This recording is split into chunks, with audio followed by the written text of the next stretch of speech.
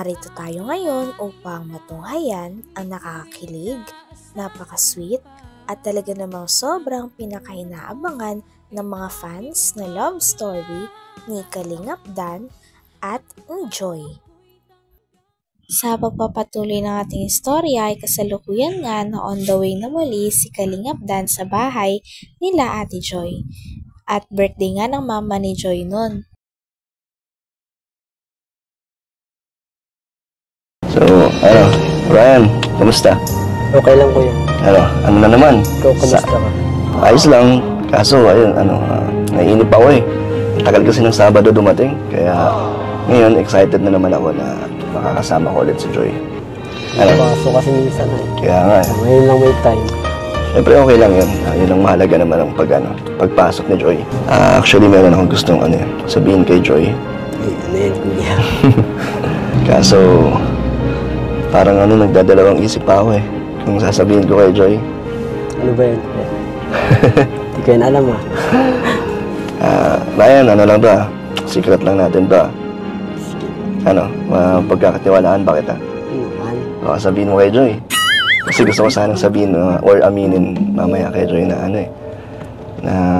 yun nga gusto ko siya. Grabe. Tingin mo, masyado bang mabilis, Ryan, kung aamin ka agad ako? Siguro kuya, maghanap ka ng tamang timing. Di ko alam eh kung sasabihin ka. Bahala na, Ryan. Bahala na mamaya kung ano mangyari. Pag nanganap ako ng tamang tiyempo, sabihin ko. Pero kaya ready ka na ba? Oo naman, ang tagal ko inantay itong Sabado eh. Kaya masaya na ako, hindi na ako kinakabahan. Excited na ako talagang sunduin si Joy at makita. Tara? Tara, punta na natin. Wanna be free of this heart. Wanna feel your arms around. Wait lang, Ryan salubungin ko lang si Joy. More than I would like to admit. Let's forget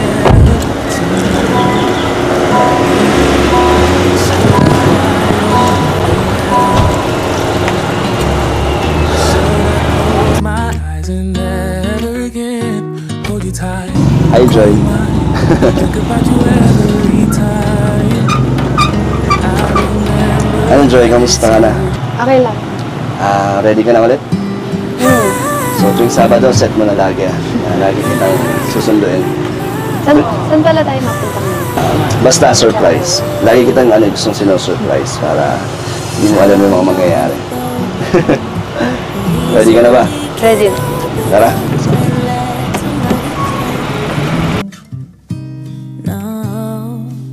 Ryan, huwag ka munang maingay dyan kung ano yung sinabi ko sa'yo kanina. Talagang seryosong-seryoso na nga si Kalingap Dan kay Joy. Nanghihingi pa nga siya ng advice sa kanyang kaibigan kung dapat bang umamin na siya kay Joy.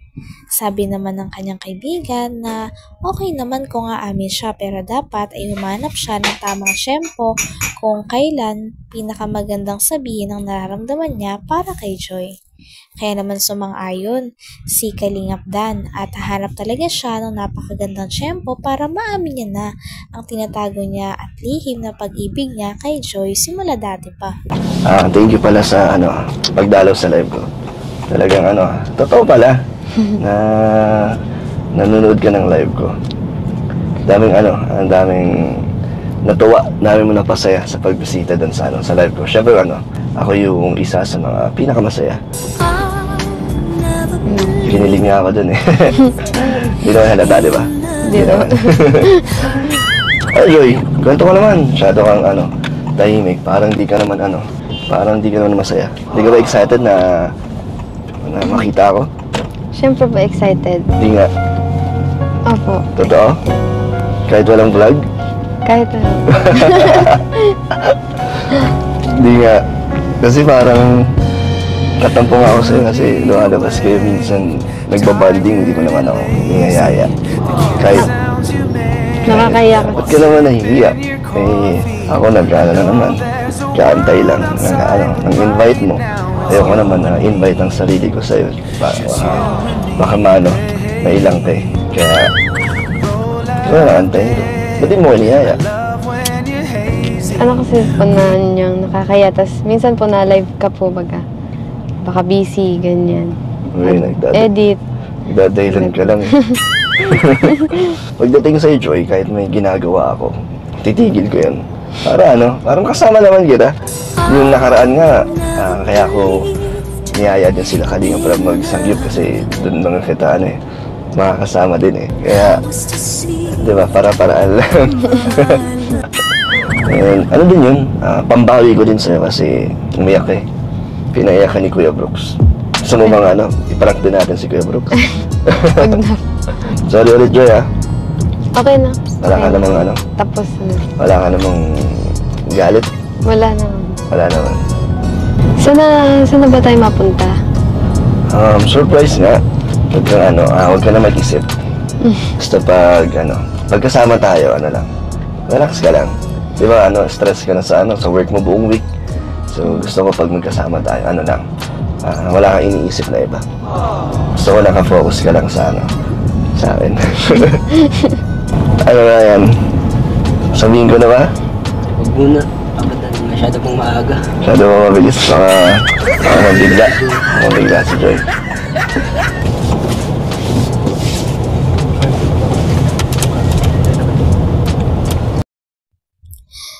Habang naman nasa kotse si Kalingap Dan at si Joy, ay nagpatugtog naman si Kalingap Dan ng love song.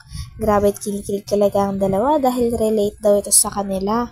Lagi pa ngang nire-relate ni Kalingap Dan ang mga title ng song kay Joy. Kaya naman sobrang kinikilig nga si Joy dahil sobrang nagpaparamdam na nga si Dan sa mga galawan niya at diskarte niya para mapasagot si Masyado pong Joy. maaga. Masyado mo mabilis.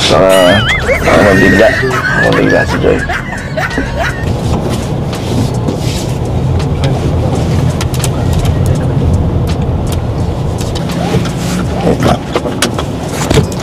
Wait lang, Joy, bibilin lang ako.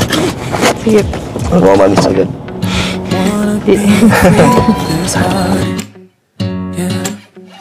Wanna feel your arms around me. Ayun ako, Joy, medyo, malayo pa ang ating babiyahin. More than I would like Ka lang, relax ka lang, Joy, Let's forget about I never believe in love. Sorry, Joy, sorry. Nadala lang ako ng emosyon.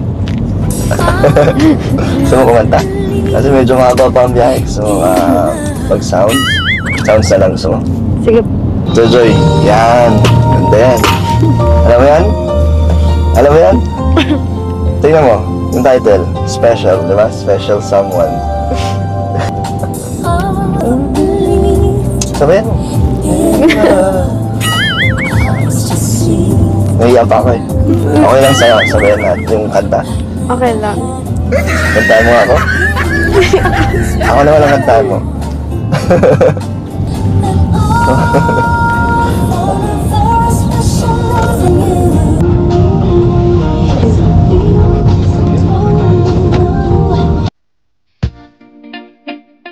Got it. You got it. Got it. You got it. I know sometimes life can be tough, and you feel like you just had enough. Joy. Joy. Joy, gising na. Dito na tayo. Alam mo saan to? Bakit po na dito tayo? Surprise! Ito yung surprise ko sa'yo. Punta natin si mama mo. Kasi di ba nag-birthday siya? Oh, So, late na natin isa-celebrate. Kaya at least nandito pa rin tayo. Saya ka? apo. Magugulitin si mama. Na kasama mo ako?